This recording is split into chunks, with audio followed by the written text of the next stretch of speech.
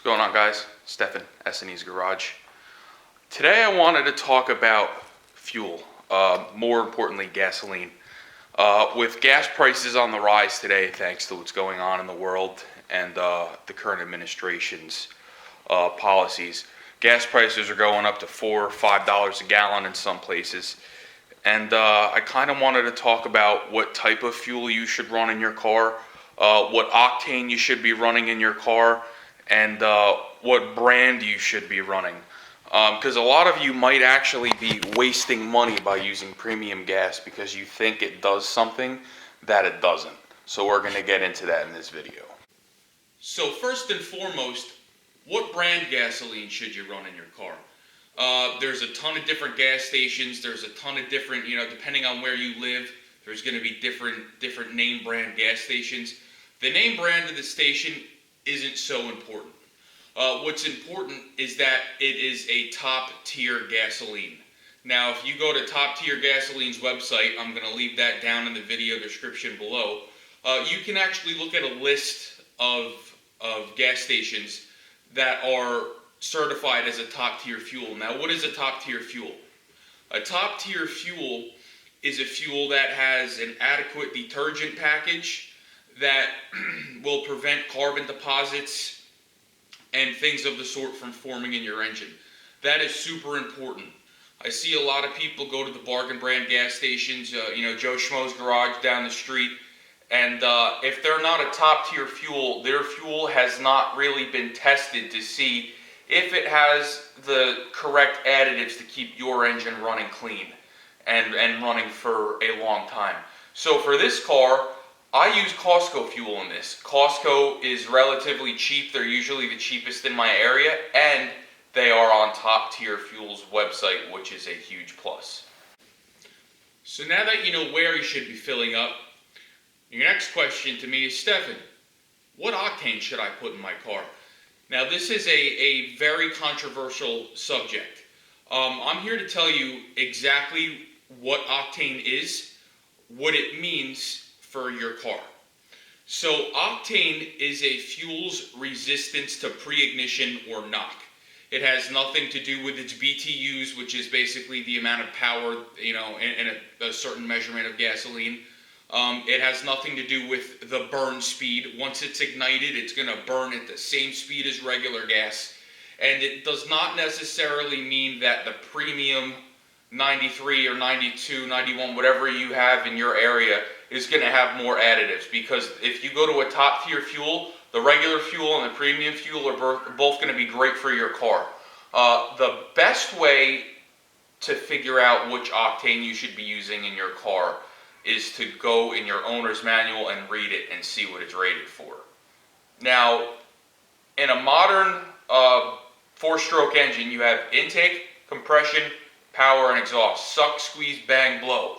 Those are the 4 cycles of an internal combustion auto cycle engine. So what happens is when you have your intake stroke, depending on what kind of fuel system you have, whether you have direct injector, multi-port, or a mix of both like this car, on the intake stroke, your fuel injector, if it is a multi-port, is going to be spraying fuel on the back of that intake valve, pulling it in. And on the compression, it's going to start coming up. Now, if you have, this is where direct injected is great because you can run a lower octane fuel on a higher compression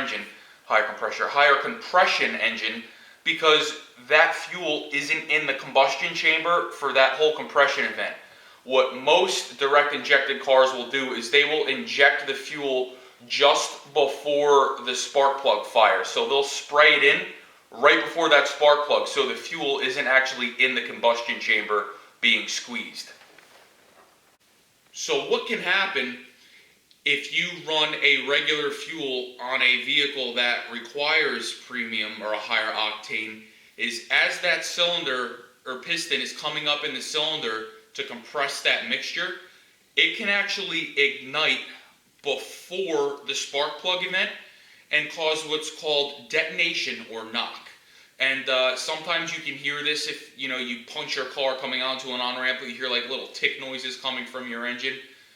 That is the worst thing possible for your engine because that fuel is igniting before the piston is all the way at the top and trying to push it down, and it actually has to fight against it.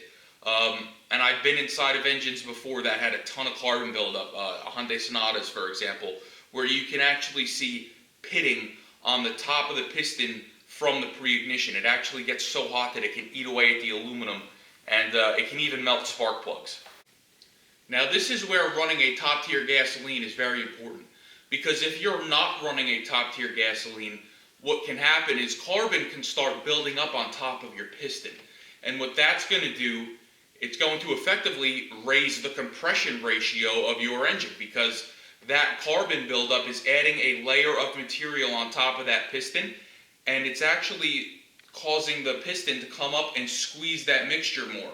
So that's why, like I said, I preach carbon cleanings. You'll see in my other videos, I do GDI cleanings on all of my cars, whether they're GDI or not, induction services, because it keeps everything clean and everything in the correct tolerances. Now, most, if not all, modern cars from, I want to say, when they brought out OBD2, have what's called a knock sensor. And what a knock sensor is, it's a little piezoelectric sensor that bolts onto the cylinder block. If you have a 4-cylinder, you'll probably only have one, if it's an inline. If you have a V series engine, V6, V8, V10, V12, so on and so forth, you'll have at least two, one on each cylinder block. So this V6 should have two. They're usually underneath the intake manifold on the sides of the pistons, or the sides of the blocks. Now what the knock sensor does is it will detect that pre-ignition or that detonation or that knock, and it'll do what's called pull timing. Now, in a internal combustion engine, the way you pick up more power is to advance ignition timing.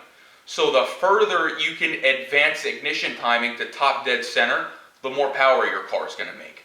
So these cars run timing tables where they want to advance it to X level to get the most performance. If you're running a regular gasoline, your car might not be running at peak performance at all times. You know, it might have to, if it's detecting knock, it might have to pull timing a little bit to keep everything happy, but that's what the knock sensor is for.